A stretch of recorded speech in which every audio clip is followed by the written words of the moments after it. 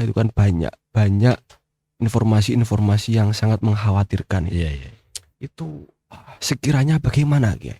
Dari NU atau dari bagaimana? Si Kartanu ini, Sisnu ini akan memuat warganya berapa, kemudian kita tahu jandanya berapa. Menjadi persoalan. Jadi termasuk menjadi Nahdlin yang baik, tidak ikut-ikutan getol-getolan mengurusi urusan yang sudah menjadi urusannya negara, hak kewajiban negara. Itu catat betul-betul itu. Jadi tidak perlu pedang-pedangan kiai. Iya. Derek kiai saja, apa dawuh kiai, sudah itu urusan pemerintah, cukup.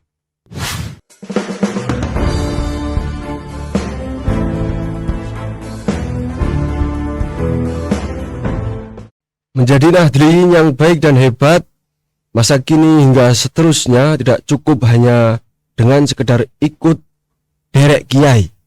Menjadi Nahdlin yang baik dan hebat masa kini hingga seterusnya harus ikut derek kiai menyiapkan berjuta amunisi peluru-peluru kebermanfaatan. Saya Nukta Akbar, tuan rumah Al Inaroh Podcast. Sudah hadir di tengah-tengah kita ini narasumber yang sangat spektakuler. Al Inaroh Podcast sangat terhormat sekali atas rapuhnya beliau. Beliau Khatib Suriah, pengurus wilayah NU Jawa Tengah, Kiai Haji Munif Abdul Muhid. Tepuk tangan untuk Pak Yai Munif. Matur sembah nuwun hadirnya Pak Yai Munif. Kabarnya bagaimana Pak Munif? Alhamdulillah bagus, sehat. Ya sangat sehat sekali lah. Cuma yang jadi tidak sehat itu kantongnya yang tidak. Ya, apapun bentuknya kita syukuri apa adanya. Hidup ini adalah anugerah.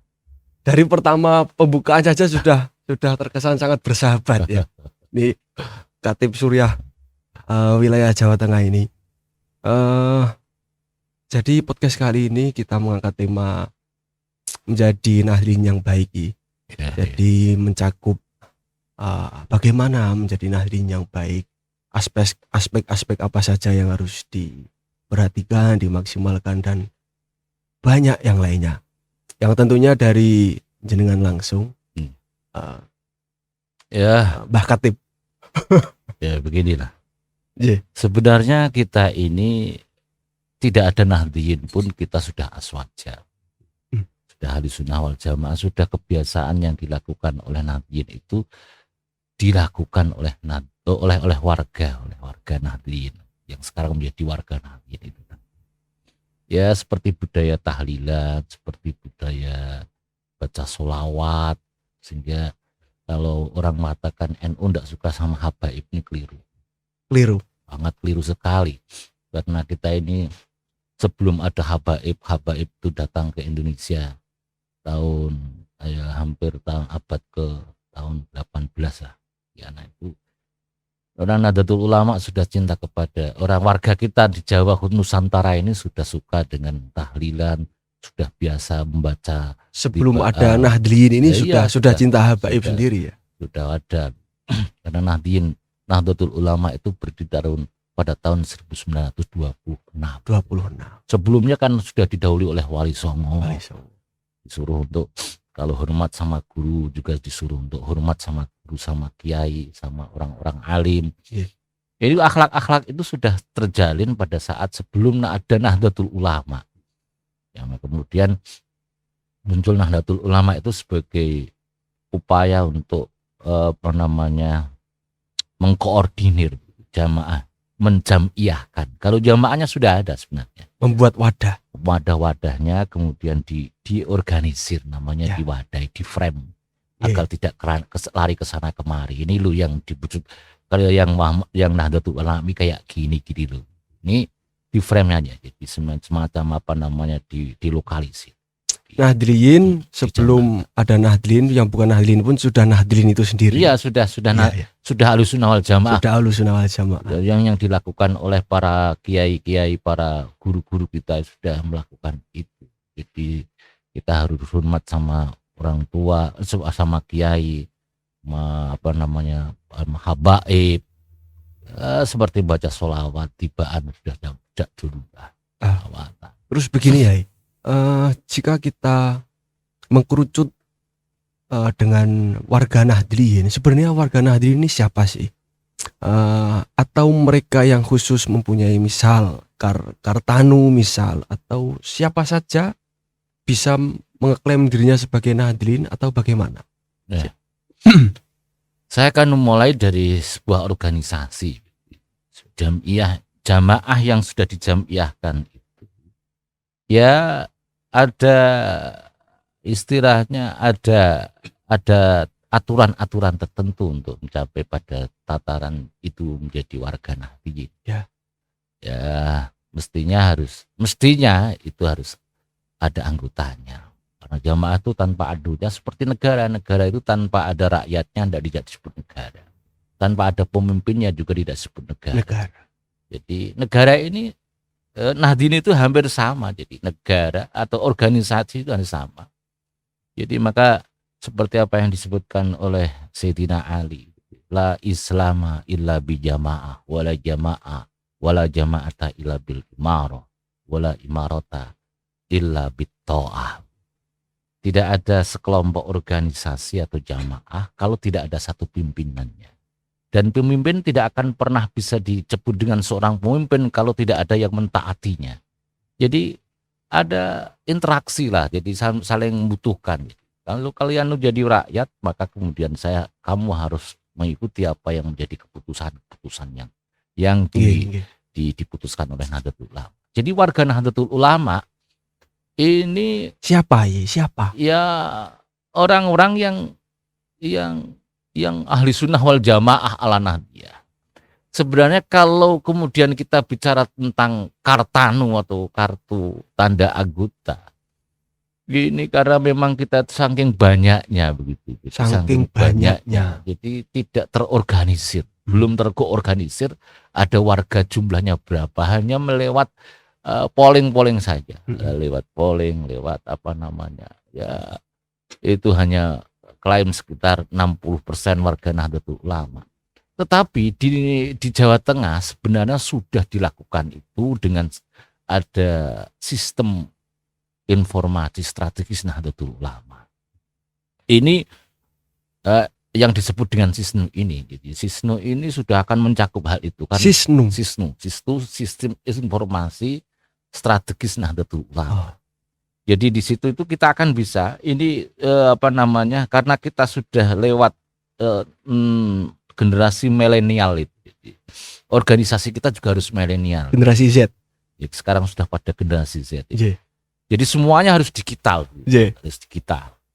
Ya, sekarang sudah dilakukan oleh PWNU Jawa Tengah sedang, tapi belum seluruhnya. Karena memang apapun bentuknya yang namanya organisasi ada kendala, yang ada yang kemudian cepat meresap apa yang menjadi ide dan gagasan keputusan Nahdlatul Ulama di tingkat wilayah. Ada PCNU yang kemudian agak lamban, merealisasikannya ya kan agak lambat begitu. Ada yang kemudian bagus ini kita kembangkan. Sampai kemudian sudah tercatat warga kita di Jawa Tengah itu yang tercatat dalam Sisnu ada sekitar 5 juta lebih. 5 juta. Itu Jawa Tengah saja. Jawa Tengah itu yang diwujudkan lewat Sisnu Kartanu itu tadi. Sisnu Kartanu. Kartanu itu sudah ada 5 juta lebih.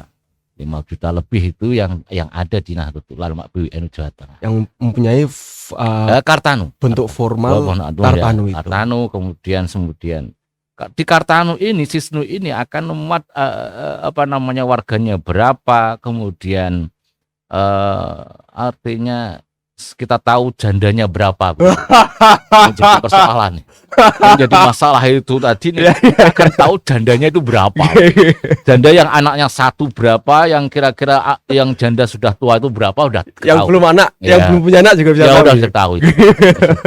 Ini jadi masalahnya itu ketika nanti kemudian kita sudah tahu bisa melihat jandanya itu dari kabupaten Semarang itu sekian, wah ini bahaya ini. Iya. Tidak ada bahaya, ini memang salah Iya, satu iya. bentuk bahwa kita itu ada kepedulian bahwa Iya, kita iya, itu iya. punya warga lah. Jawa Tengah saja 5 juta nih kuy. Iya. Itu yang terdaftar. Yang terdaftar. Hanya yang terdaftar 5 juta. 5 Kalau juta yang lebih. 5 kalau juta, yang 5 tidak sekian. terdaftar ini mengidentifikasi mereka adalah bagian dari warga Jamiah Nahdlatul Ulama dia Nahdlin ini bagaimana Wah, biasanya? Ini. Ya, biasanya orang yang mengikuti pengajian sama kiai, saya yang mengikuti tahlilan, jamaah tahlil, jamaah apa namanya, sholawat. Ini kan tidak jauh dari apa yang menjadi budaya kita, maka kita sebut bahwa itu orang Nahdlian gitu lah. Orang Tanpa Nahdlin. disebut pun kadang mereka juga menyebut dirinya Nahdlin. Iya, jadi ini sudah bisa mudah menidentifikasinya kan begitu. Jadi orang yang suka, karena nggak ada yang suka tahlilan kecuali orang Nahdlatul Ulama lah. Karena memang ada sebagai teman kita yang lain itu mengatakan bahwa tahlilan itu bid'ah dan sebagainya, sholawatan itu bid'ah. Tapi Nahdlatul Ulama kan enggak itu. Suka yang bid'ah ya. Tersesat dalam jalan yang baik lah. Tersesat dalam jalan yang benar ya. Ini salah satu di antaranya. Cara mengidentifikasi. Tapi cuma di Jawa Tengah sudah bisa mencatat jumlahnya 5 juta lebih. Lewat Cisnu nih. Ya, lewat Cisnu. Terus begini, apa namanya? Dari Jawa Tengah saja nih jenengan yang memimpin dalam koridor wilayah Jawa Tengah.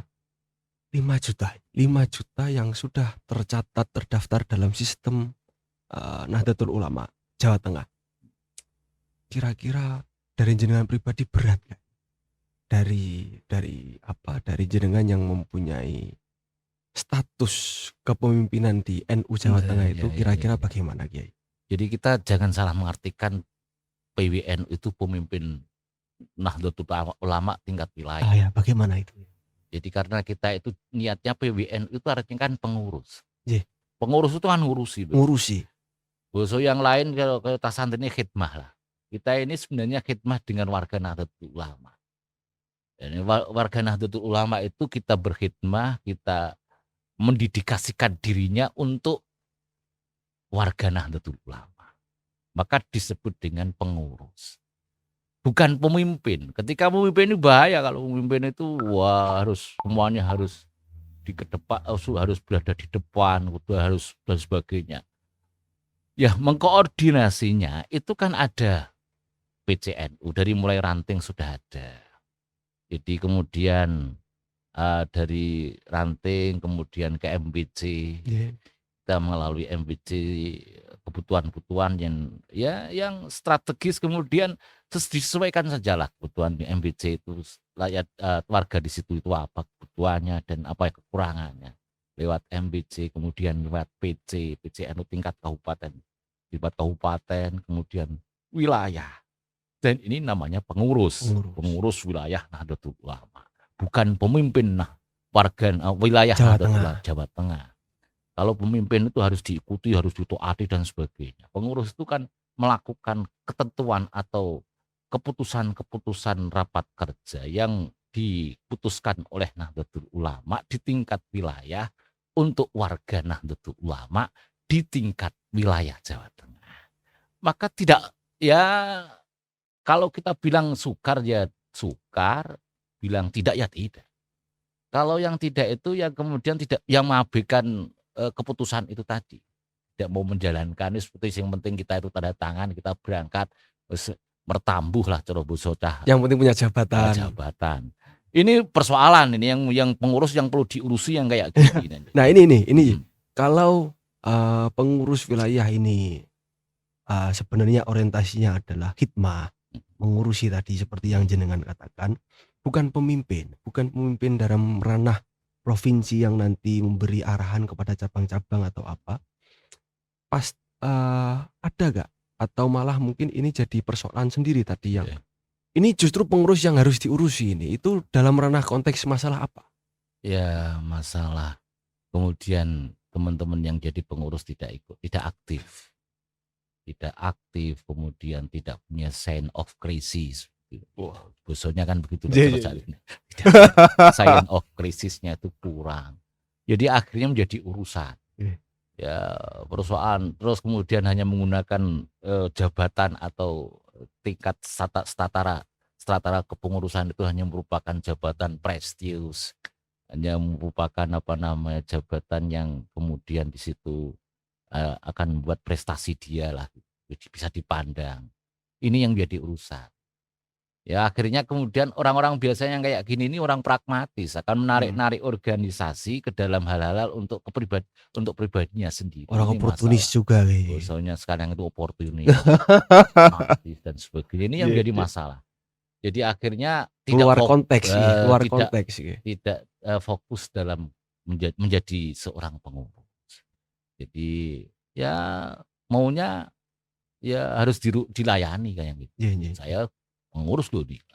Saya orang wilayah nih. Kamu harus menghormati saya. Kamu enggak begitulah. Kita itu yang namanya khidmah, ya kita itu melayani apa yang menjadi kebutuhan. Ini salah satu di antaranya, enak begitu. Jadi kalau begitu kan bisa. Tapi tidak harus kemudian kita harus la yukallifullahu nafsan illa wus'aha, tidak memberatkan, tapi istato'a lah. Biqadrati tokoh lah. Ya, sekiranya kita mampu untuk melakukan. Kalau kemudian kita nggak mampu, tidak menjangkau, ya tidak apa-apalah. Gusti Allah aja tidak harus membebani, tidak la yukallifullahu nafsan illa wus'aha. Ini kayaknya terlalu melebar ini, malah ke spesifik di kepengurusan ini terlalu sepuh-sepuh ini, kayaknya sarwi. Nah, mungkin gini aja, kita kembali lagi ke nahdilin yang baik niki. Bagaimana menjadi nahdilin yang baik? Tadi sudah dijelaskan nahdilin itu siapa saja. Kalau tadi disampaikan jenengan bahwa sudah tercatat sekian yang sudah tercatat dalam Sisno itu. Kalau sekarang kita membahas menjadi nahdilin yang baik itu bagaimana? Nahdilin yang baik itu seorang warga Nahdlatul Ulama yang mentaati segala aturan atau keputusan-keputusan Nahdlatul Ulama yang telah diputuskan, baik lewat konbes atau muktamar dengan konbes, kemudian kalau di tingkat wilayah konferwil atau muskerwil, ini yang, atau kalau di tingkat PCNU-nya juga disebut dengan konvercap dan muskercap. Ini yang paling baik. Jadi dia mengikuti karena memang itu aturan, jadi ketentuan yang sudah disepakati itu konferwil. Ini sesuai dengan koridor organisasi yang kayak gini. Ini mungkin untuk baik. Organisasi. Iya. Kalau mungkin untuk warga Nahdliyin, bagaimana? Ya kita harus menjaga marwah Nahdlatul Ulama. Seperti kita itu ya menghormati sama kiai, menghormati orang alim. Ini bagian daripada bentuk bidanya Nahdlatul Ulama kan kayak gitu. Jadi kalau ada orang alim di ikram, takdim dan sebagainya. Terus kemudian kita itu selalu tidak lupa melakukan kebiasaan rutin yang telah amaliyahnya, tahlilnya, baca yasinnya, terus kemudian sholawatannya. Ini kita harus melakukan. Terus kemudian ya paling utama adalah mengaji itu tadi. Mengaji harus pesantren atau enggak? Ya mengaji itu ya kalau masih taraf muda itu yang paling bagus itu di pesantren sebenarnya.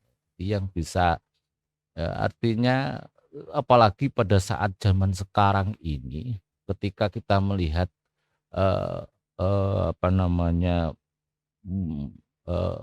kejadian-kejadian yang ada atau perilaku anak-anak remaja, dekadensi moral yang ada, yang mungkin akan dapat memberikan pengaruh buruk pada kita, pada anak-anak kita. Ini mau tidak mau ada di pesantren, karena di pesantren itu di samping ada pengasuhnya, ada gurunya yang mengawasi, ada pengurus pesantrennya yang menjadi pengurus yang ngurus. Jadi akan terbiasa menjadi baik, karena memang seseorang itu akan menjadi baik kalau terus-terusan dia itu dihadapkan dengan persoalan yang baik. Maka disebut kalau dalam sampean kalau ngaji di taklim anil mar'ila tas'al wasal angkorinihi fa innal qarina bil muqarini yaktadi. Ya, artinya begitu ya. Kalau kamu ingin melihat orang itu kayak apa, Jangan tanya pada orang itu. Mesti dia akan mengatakan saya orang baik, Seperti saya ini, hebat, dan seperti ini, ini, saya seperti biasa, saya pinter, saya orang hebat, saya orang baik. Tapi coba kalian lihat siapa temennya, gitu loh. Kalau temennya itu orang baik, oh ya baguslah dia pasti kan orang pas. baik. Berarti dia orang yang baik, orang yang selalu beribadah, yang suka dengan sholawatan, orang yang suka dengan tahlilan. Loh gitulah. Jadi maka ini mengkulinokan bahasanya apa ya? Membiasakan. Membiasakan berteman menjadi orang baik agar kita itu berada di kebaikan, lingkungan yang baik. Dan pesantren itu adalah lingkungan yang terbaik. Tetapi walaupun toh ada pesantren yang kemudian di situ tidak baik, itu kan oknum pesantren yang tidak baik. Ya itu mungkin nanti saja itu. Nanti bahasanya sendiri. Jadi menjadi nahdliyin yang baik ya itu tadi, selalu menghormati orang alim, dalam hal ini kiai, lalu terus belajar melakukan amaliyah NU, dan tentunya belajar yang baik dalam usia belajar di pesantren Iya. Pesantren tempat terbaik. Ya terbaik. Pesantren Pilihan yang terbaik pada saat sekarang itu pesantren. Enggak ada di moral, kemudian tidak. Kenakalan remaja itu kan ketika anak-anak itu berkumpul dalam satu kumpulan, anak itu tidak akan pernah menjadi nakal. Ketika kemudian di situ itu yang berkumpul hanya satu personal, dia akan menjadi menengan. Tapi ketika sudah bertemu dengan orang banyak dan teman-temannya banyak, itu akan bisa menjadi nakal. Tetapi ketika dia di pesantren, maka dia akan diarahkan oleh pesantrennya. Kamu tidak boleh kayak gini, kumpul kayak gini, ini yang disalurkan lewat. Kalau kamu mau banyak yang emosinya tinggi, disalurkan di main rebana, pok kan.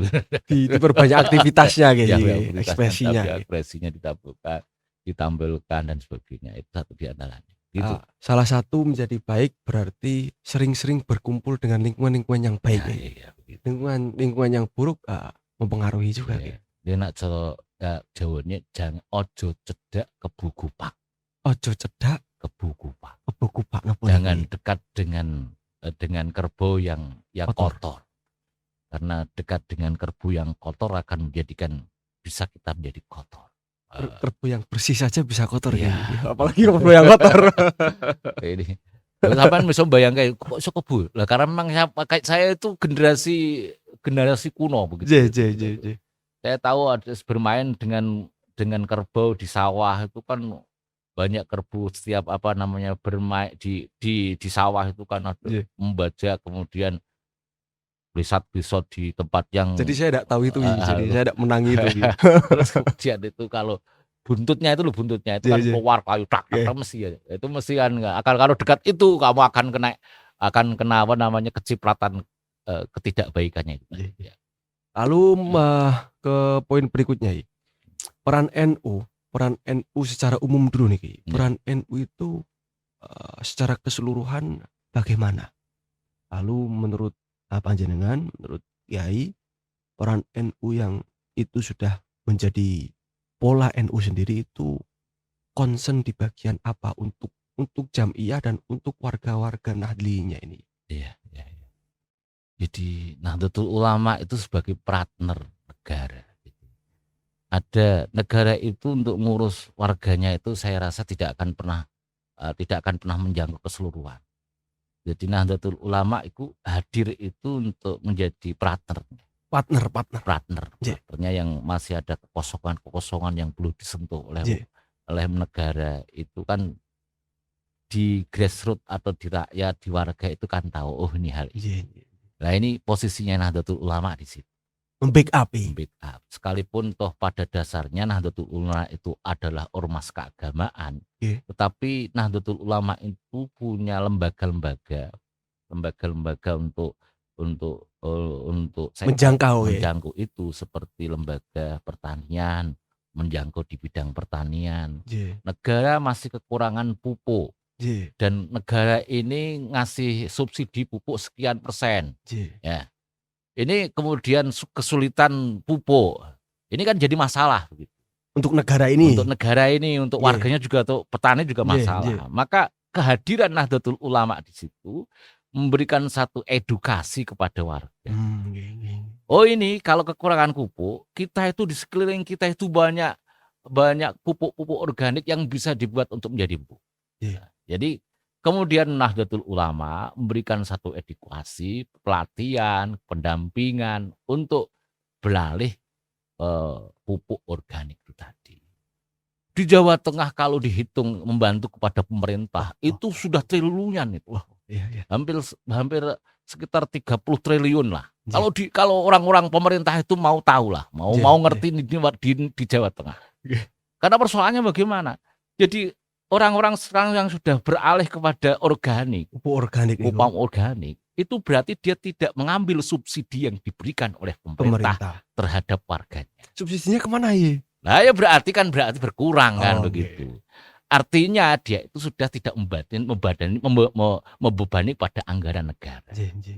Wah ini kalau pemerintah itu mau mengacung apresiasi Nahdlatul Ulama Jawa Tengah itu sudah menyumbang berapa triliun. Iya. Karena kita punya ribuan hektar dari petani organik. Ya ini salah satu di antaranya itu diisi ada. Itu peran-peran secara umum. Peran-peran secara umum, kemudian peran-peran pendidikan, kita mendirikan pendidikan yang berbasis pesantren, yang berbasis namanya menjaga moral bangsa. Sampean nggak pernah melihat lah di pesantren, kemudian di situ ada unjuk rasa untuk bagaimana mengkudeta negara kan nggak pernah. Iya. Mesti di pesantren itu mengatakan mengkudeta negara itu namanya bugot. Bugot itu dilarang. Makar. Makaris. Oleh kalau orang pemerintah itu kemudian menyuburkan pesantren, anggarannya diperbesar di pesantren, insya Allah negara itu bangsa ini cerdas sih. Bangsa ini cerdas. Tidak kayak sekarang. Iya. Orang sekarang itu teman-teman kayak itu kadang-kadang saya bingung orang-orang itu. Saya kemarin tadi pagi itu ngaji itu pas bab itu. Jadi negara itu sebenarnya itu harus hadir di pesantren sebenarnya. Iya. Di pesantren diantaranya itu yaitu tadi karena ketidaktahuan orang-orang teman-teman di mahasiswa itu yang diunjuk rasa yang diunjuk rasa masalah hukum, yang diunjuk rasa itu yang disalahkan presidennya. Ini kan salah. Masalah hukum itu kan ada yudikatifnya. Iya. Untuk masalah undang-undang yang di demo itu presidennya. Itu kan keliru semuanya itu. Yang mestinya yang di demo itu legislatifnya, DPR-nya yang di. Kenapa tidak membuat undang-undang yang pro rakyat? Ini negara kamu itu menjadi DPR itu kayak apa kan begitu. Kalau ini persoalan politik. Kalau di pesantren sudah diajarkan, udahlah nggak usah. Ini apalagi kita di negara modern, negara demokrasi, ini negara modern ini, negara yang berbentuk negara. Semuanya kan berbagi. Jadi gini, peran NU ini kan dari peran umumnya saja sudah sangat penting nih, sangat inti, membackup dari kerja-kerja pemerintahan. Tadi seperti yang jenengan utarakan, masalah pupuk saja. Masalah pupuk saja bukan hanya sekedar membackup, tapi memberi terobosan nih, ada pupuk organik itu. Lalu peran NU dalam kalangan Nahdlinya sebagai putra-putra generasi bangsanya tentu mengajarkan nilai-nilai keagamaan, kepesantrenan itu. Berarti andai Indonesia tidak ada NU, Indonesia itu mungkin bagaimana? Ya kayak yang lain, kayak negara yang lain. Bagaimana? Pecah kongsi dan seterusnya, kayak di Timur Tengah lah istilahnya. Timur Tengah itu kan setiap suku punya negara, setiap punya negara. Karena memang tidak sistem kita tidak kayak nggak ada pesantren mungkin barangkali gitu. Kurang ada pendewasaan dalam berpikir. Jadi kalau pesantren itu berbeda pendapat itu bukan menjadi masalah, adalah sebuah rahmah buat kita. Jangan sampai kemudian berbeda pendapat terus imbasnya itu beda pendapatan, itu lain lagi. Kalau beda pendapatan mau keroyokan itu urusannya para politisi lah.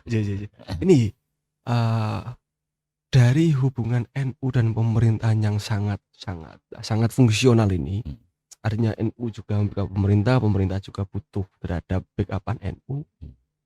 Bagaimana semisal ini mungkin sudah menyinggung bagaimana Nahdlin yang baik, sudah sangat cukup tadi yang diutarakan sama Kiai Munif mengenai kita harus tetap menguri-nguri budaya NU, kita harus tetap mencari ilmu, kita harus tetap menghormati ulama-ulama. Peran-peran NU juga sudah disebutkan. Ini mungkin kita sedikit mulai melebari.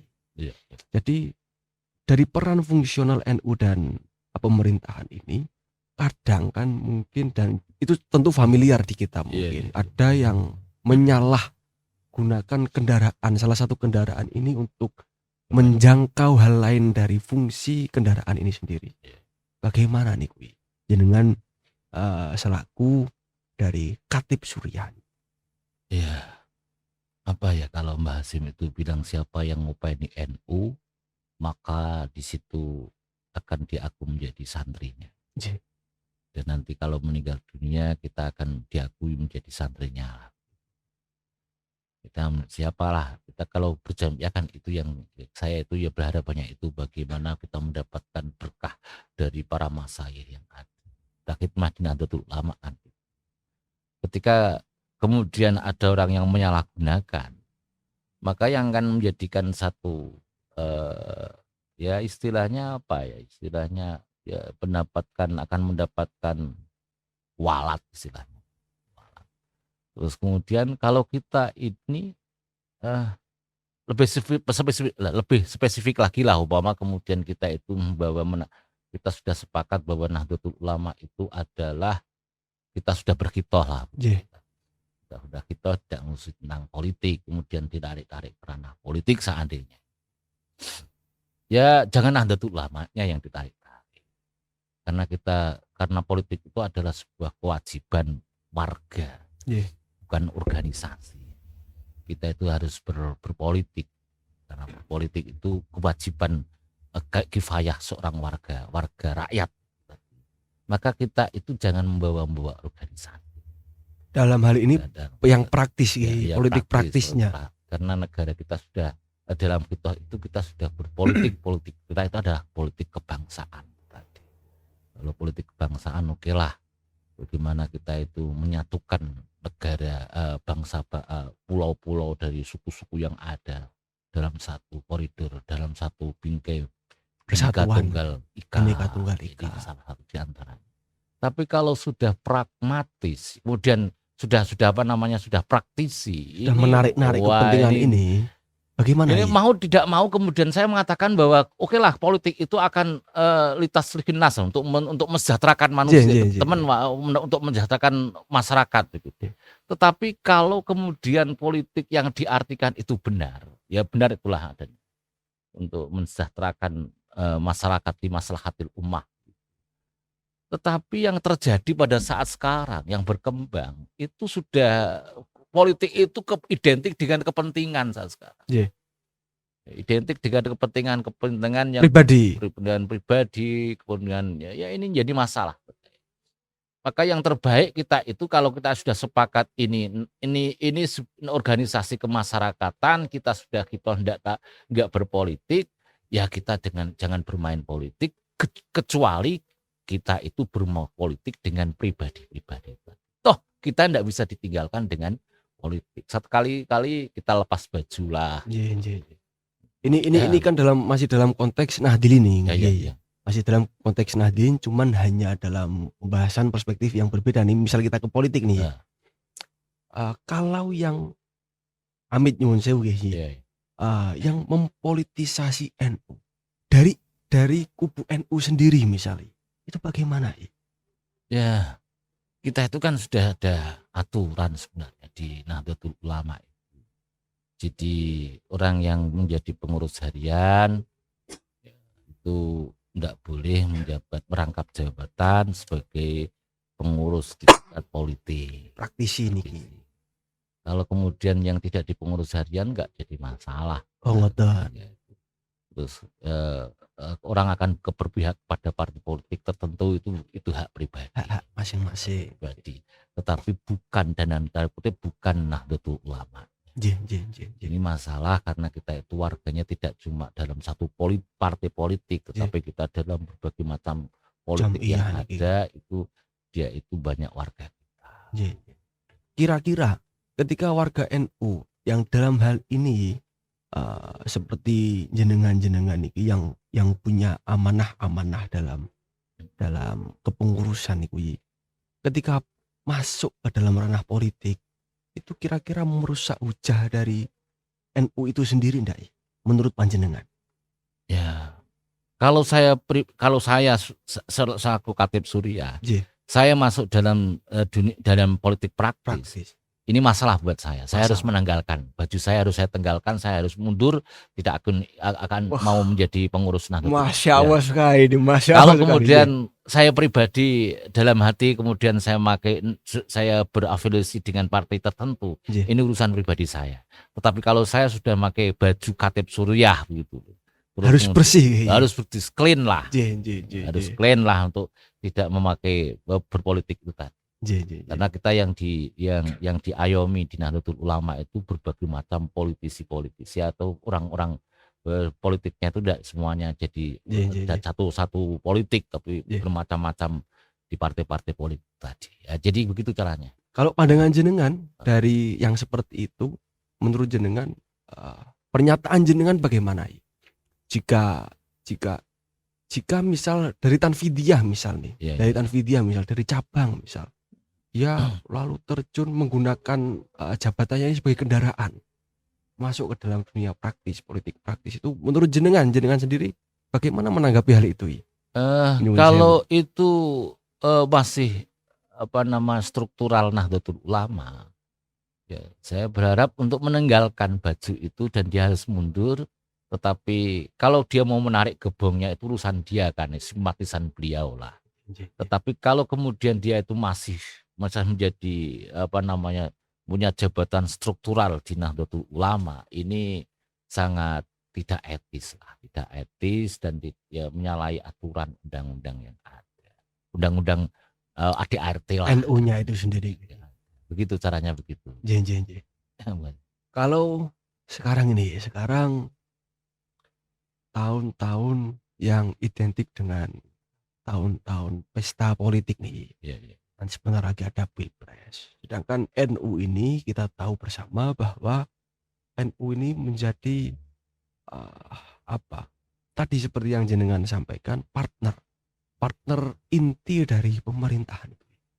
Ketika ada suara-suara yang kurang baik, suara-suara yang tidak sehat, yang dalam hal ini menyerang NU, NU ini dikaitkan dengan politik itu, bagaimana ya?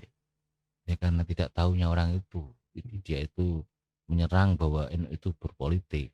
Masalah buat itu dia tidak paham tentang Nahdlatul Ulama sebenarnya. Jadi kalau menurut saya karena tidak paham disuruh untuk belajar lagi lah, disuruh untuk mengetahui Nahdlatul Ulama secara komprehensif pada seluruh. Itu caranya. Tidak usah kemudian kita terus kemudian ikut meladeni, biarkan saja. Kalau mau ngerti tentang Nahdlatul Ulama, masuk dalam Nahdlatul Ulama, memahami ADART yang ada, peraturan perkumpulan yang ada dipahami dengan secara benar, dan dia akan paham, oh ternyata demikian. Karena kalau personnya bermain politik itu urusan dia lah. Kita itu sebagai warga negara Indonesia lah. Demokrasi. Siap. Ya. Niki, lalu kita kembali lagi ke topik dasar. Sekarang ini sedang ramai bukan mengenai identitas. Ada kiai, ada satunya itu boten niku. Tetapi ada yang sedang ramai yaitu Az-Zaitun nih. Az-Zaitun ini kan sesuai di berita itu kan banyak informasi-informasi yang sangat mengkhawatirkan. Itu sekiranya bagaimana ya? Dari NU atau dari bagaimana lah seharusnya? Ya, negara kan sudah hadir.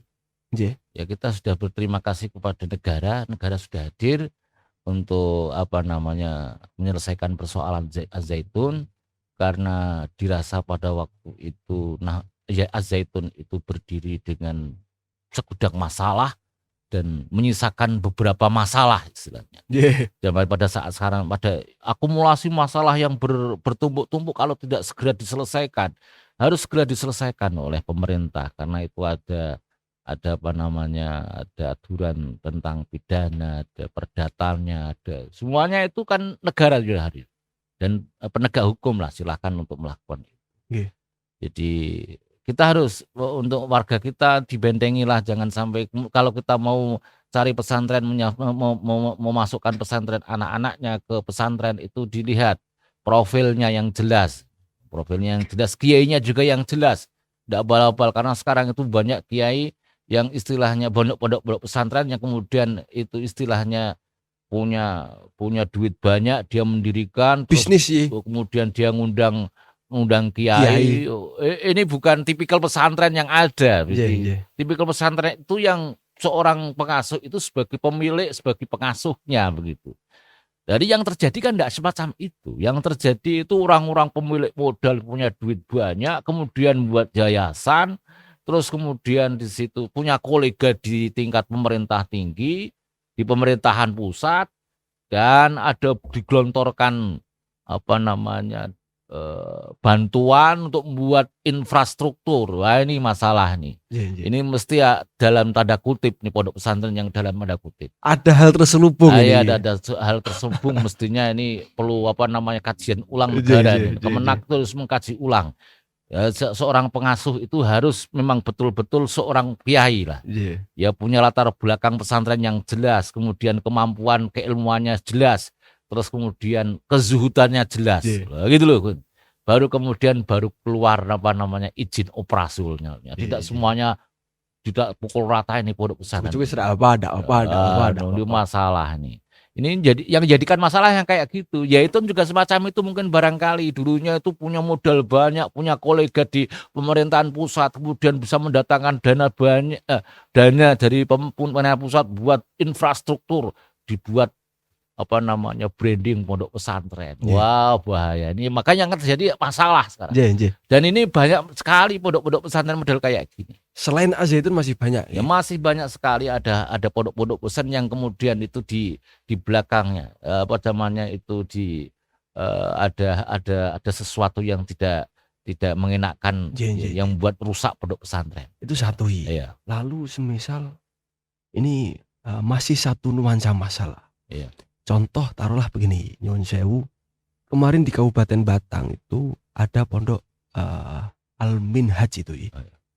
Itu yang sampai kiainya itu melakukan hal yang sangat tidak tidak manusiawi nih kuy. Oknum. Itu bagaimana untuk mengantisipasi itu biar tidak terjadi lagi, atau hal itu tuh ada hal lain yang menjadikan hal itu terjadi? Kalau hal lain itu semuanya orang itu punya nafsu syahwat. Tapi kalau saya berharap pada warga Nahdlatul Ulama khususnya, kalau mau masukkan pesantren, saya ulangi lagi, maka budaya orang-orang dulu, kiai-kiai dulu itu kalau mau mondokkan pesantren itu biasanya itu diistikharah dulu. Istikharah. Siapa ini anak ini mau kemana, di samping di situ itu dilihat background kiainya jelas ndak, alumni mana, dia itu orang baik atau tidak, artinya kiainya itu jelas lah, itu penting kiai itu. Jadi ini sangat penting sekali. Tapi yang sulit Nyuwun Sewu, yang sulit itu ya tadi antara Nahdliyin. Bahkan kiai ini juga beramalia seperti yang mirip-mirip Nahdliyin ini. Jadi mungkin kiai NU gitu, bagaimana ya? Ya tapi kan amaliyah tidak semuanya itu berafiliasi kepada Nahdlatul Ulama. Karena aswaja Ahlus Sunnah wal Jamaah itu semuanya itu hampir rata-rata mengaku Ahli Sunnah wal Jamaah.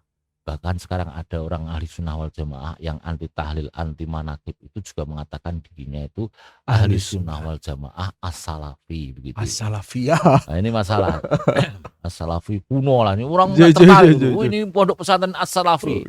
Wah, sekarang sudah brandnya sudah brand salafiyah yang dimiliki oleh pondok-pondok pesantren sekarang itu sudah diambil orang-orang sana. Walah, susahnya ada karuan kita itu. Ada NU, ada NU garis lurus itu. Iya. Jadi masalah. Jadi kita harus betul-betul kita yang muktabar lah. Cari pondok pesantren yang muktabar, yang jelas, dan jangan yang abal-abal. Kalau toh kemudian kiai itu melakukan hal yang tidak senonoh, ya itu oknum kiai yang tidak senonoh. Ya makanya yang kiai-kiai yang muktabar itu harus sudah membentengi dirinya dengan ilmu-ilmu tasawuf. Jadi sudah mengerti tentang bahwa ini tidak diperkenankan, maka bagaimana kemudian di situ itu bisa mengendalikan. Ya kalau kita itu untuk mengendalikan nafsu, kalau kita itu menghilangkan nafsu enggak bisa, tapi kan kita itu harus mengendalikan. Bisa mengendalikan. Pak Yai itu kan harus bisa mengendalikan. Caranya bagaimana?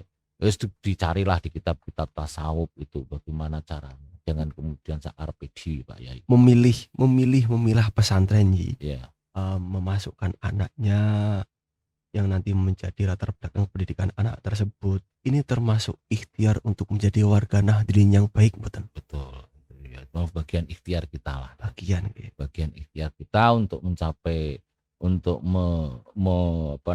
mendidik anak atau generasi menjadi warga Nahdlin yang baik. Jadi itu salah satu cara lagi untuk meminimalisir terjadinya hal-hal oknum-oknum pesantren yang sudah terjadi, yaitu selektif ya, selektif dalam memilih pendidikan. Dalam hal ini pondok pesantren ya. Itu termasuk ikhtiar untuk menjadi Nahdlin yang baik ya. Ini terakhir ya. Tindakan yang dilakukan NU selaku ormas agama terbesar di dunia yang ada di Indonesia, maka ketika menghadapi isu-isu sosial keagamaan khususnya yang ada di Indonesia, termasuk masalah penyelewengan pesantren, termasuk ini ada Al-Zaitun. Kalau dari Jawa Tengah sendiri mungkin sudah ada belum penyelesaiannya? Atau sikapnya atau apapun lah yang ini bentuk respon dari Nahdlatul Ulama. Nahdlatul Ulama itu ya mau pondok pesantren apa ya istilahnya? Penyelesaiannya bagaimana? Mungkin itu sudah koridornya negara. Kalau ada penyelewengan kriminal itu sudah koridor negara. Sudah sudah ada haknya negara. Mungkin tidak ada nyuwun sewi, mungkin tidak ada desakan kah atau apakah seperti misal dari kalangan HBIB itu kan gencar itu mau memblokade, mau membubarkan atau apa itu, misal kalau ini udah ada tidak perlu itu haknya negara. Kalau sudah melanggar hukum, itu haknya negara, itu urusannya negara, penegak hukum. Kalau kita ikut-ikutan kemudian memblokir dan sebagainya, ini bukan budaya kita, bukan Nahdlin yang baik. Kita itu kan menjadi perhatian, sudah ada lah untuk kriminal ada baris krim, untuk pidana ada baris krim, untuk perdata ada, yang lain sebagainya sudah cukup lah. Ini kita hanya warga Nahdlin hanya memberikan satu corong bagaimana beragama dengan yang baik, beribadah dengan cara yang baik, dan bagaimana caranya kita menjadi warga negara yang baik itu. Jadi nyuwun sewi, perlu atau tidak perlu sih sebenarnya kok sampai ikut-ikutan dalam mendesak hal yang sudah menjadi tugas negara itu, perlu tidak perlu atau bagaimana? Ya tidak perlu lah. Yang pentingnya kita sudah ngasih tahu pada pemerintah, pada negara, kamu harus hadir, negara ini persoalan ranah hukum. Ini bukan ranah saya bukan ranah Nahdlatul Ulama. Persoalan hukum bukan ranah Nahdlatul Ulama. Sekalipun kemudian kita itu ada LBM, Lembaga Bahsul Masail, itu hanya memutuskan menjadikan solusi hukum fikih saja yang harus diambil. Ini salah satu kebijaksanaan NU yang terpancar dari Khatib Suriah kita ini. Jadi termasuk menjadi Nahdlin yang baik, tidak ikut-ikutan getol-getolan mengurusi urusan yang sudah menjadi urusannya negara, hak wajiban negara. Itu catat betul-betul itu. Jadi tidak perlu pertentangan kiai. Derek kiai saja, apa ada kiai, sudah itu urusan pemerintah, cukup. Selamat penak stop. Oke. Jadi niki pesan buat pendengar Alinaro Podcast, warga Nahdlin yang baik, bagaimana pesan jenengan? Bagaimana, silahkan, monggo lihat kamera yang niki. Ya, terima kasih kepada seluruh warga Nahdliyin di Jawa Tengah khususnya. Mari kita melaksanakan berkhidmah kepada Nahdlatul Ulama dengan secara bersungguh-sungguh sesuai dengan aturan dan ADART, sesuai dengan ADART, sesuai dengan peraturan perkumpulan yang ada, dan kita ya selalu belajar, jangan sampai berhenti untuk belajar, jangan sampai berhenti untuk bertanya kalau tidak tahu. Ini yang paling pokok, karena memang dari situlah kita akan menjadi orang menjadi yang tahu. Karena tahu itu adalah harus diikhtiari untuk bertanya, harus belajar. Terima kasih dari kami lah. Itu pesannya dari Kiai Munif Suriah wilayah kita. Khatib Suriah. Oh ya, maaf. Khatib Suriah wilayah. Maaf. Itu saja. Sampai jumpa di Anara Podcast berikutnya. Wassalamualaikum warahmatullahi wabarakatuh.